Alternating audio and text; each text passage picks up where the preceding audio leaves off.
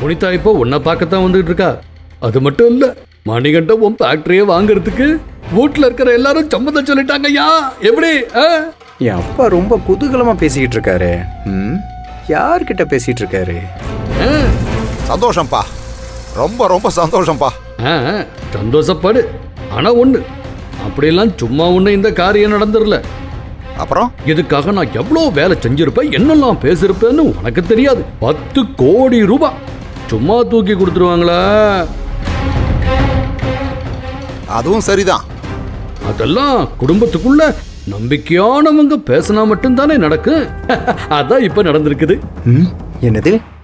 என்ன தகப்பா, நீ சொல்லிதான் இந்த வீட்டுல எல்லாம் நடக்குதா? நடத்து நடத்து.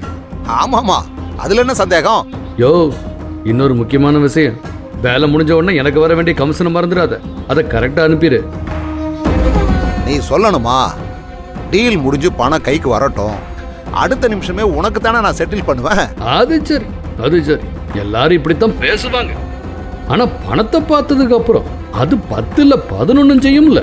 அதனால குணம் மாறிடக்கூடாது. அதை மட்டும் கவனிச்சுக்க. அதெல்லாம் இல்லப்பா, கண்டிப்பா நான் தந்துருவேன். சரி, நல்லது. அதானே பார்த்தேன், இந்த வேலையெல்லாம் நடக்குதா? அப்புறம் நாச்சி. Hello sir. வா புனிதா. புனிதா மேடமும் மணிகண்டனும் வர்றாங்க. சரி சரி சரி சரி, அதான் முக்கியம். நீ முதல்ல அந்த வேலையை கவனி.